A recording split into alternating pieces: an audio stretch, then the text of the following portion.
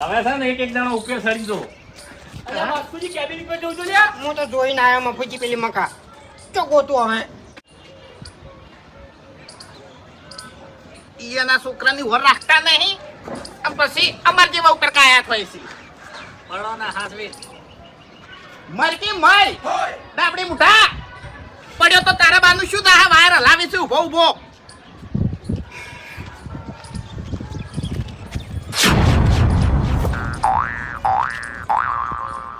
એ હરીભાઈ અલે હરીભાઈ આ બેઠો વગડાનો વિફરેલો વાઘ ઓય હંતાઈ આ બેઠો હા